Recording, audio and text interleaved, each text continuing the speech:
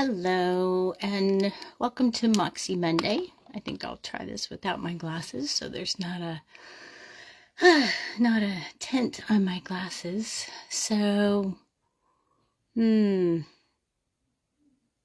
I am coming into being a grandma, and I'm going by Safta, which is Hebrew for grandma, and I'm here in New Mexico for a couple of weeks to enjoy my grandson, but also to help my daughter.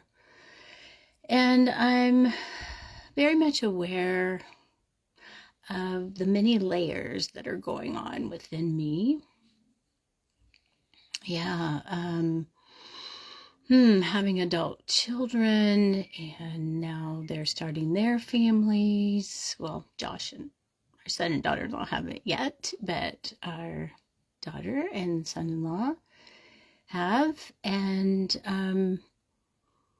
what it brings up for me as a mom is now very interesting because I'm remembering and having some grief about my what my mom was and wasn't.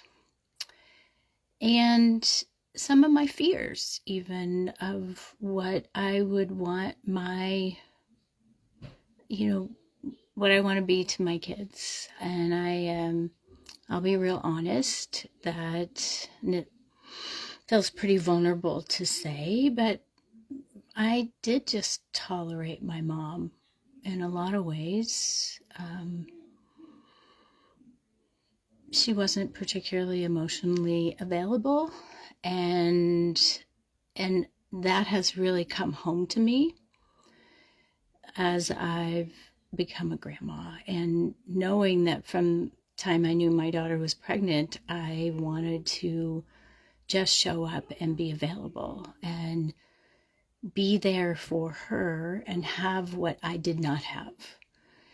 And even in that, the joy of that, there comes some grief and um, the moxie really of talking about it and really owning that, and really sometimes even walking around and realizing that some of the things that I did as a parent,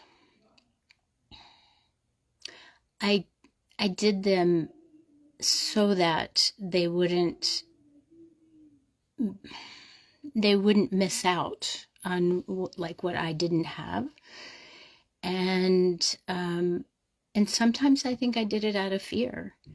And so um, now seeing some of my own angst, um, am I doing it right? Some of those things, I just was on autopilot when my kids were little and I just did what I needed to do. But now I'm seeing that actually when I was a new mom, I was afraid.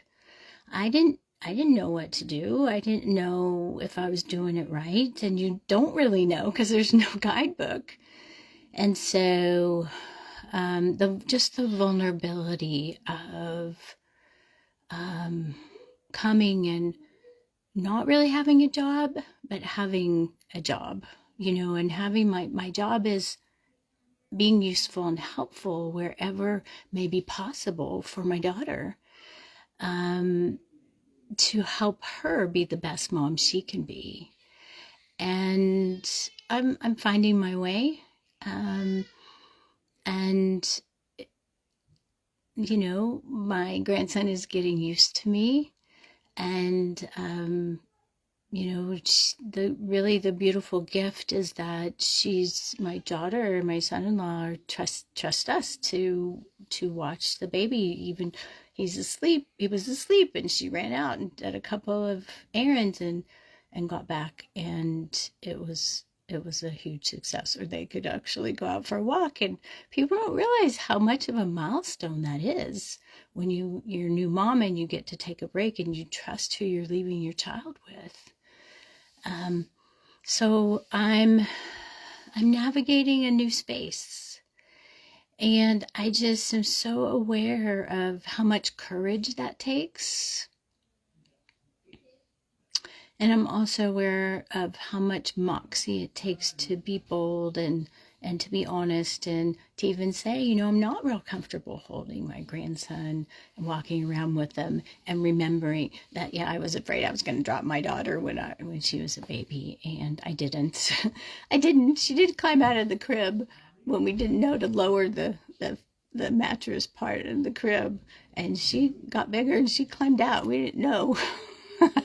We didn't know that you're supposed to lower the thing. So it's just walking through it, and just really the joyful part is also just being available to make her breakfast and to hold him when it's right, or to just play with him and just watching him smile and change, and yeah, and still taking care of myself. Like, that's also moxie. That's also being bold and like, okay, I still need to work some, and I still need to do some meetings, and I still need to take care of myself and feed myself and go for a walk and all these things. So I'm navigating these new levels, and I'm curious for you. What are you navigating right now? What are the new levels that you're navigating, and are you being gentle with yourself to navigate the new learning that's here for you now?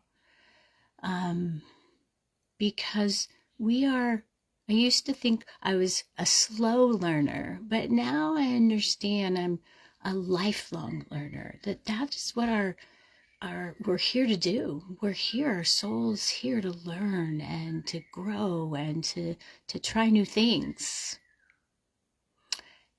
And that's part of being human. And with all its imperfections, with all its messiness, that this really is the joy, I think, of Moxie, the empowerment through difficult things, and saying, wow, I can bring my whole spirit to this and do it very, very imperfectly. And yet that, I suppose, is perfect. I guess even now, with my daughter 30 and my son 28, to allow myself to be in those awkward conversations, difficult conversations, and those really imperfect places that we teach them too. We teach them that it's okay to be imperfect, that really we are perfectly imperfect, and that is a good thing. So it's a good day, and I'm wishing you a beautiful day. I would love to know what's going on with you. So send a message, post in the chat, in the feed, or send me a private message. All right. Mwah. Much love to you. George, thanks for being on, and I'll talk to you all soon.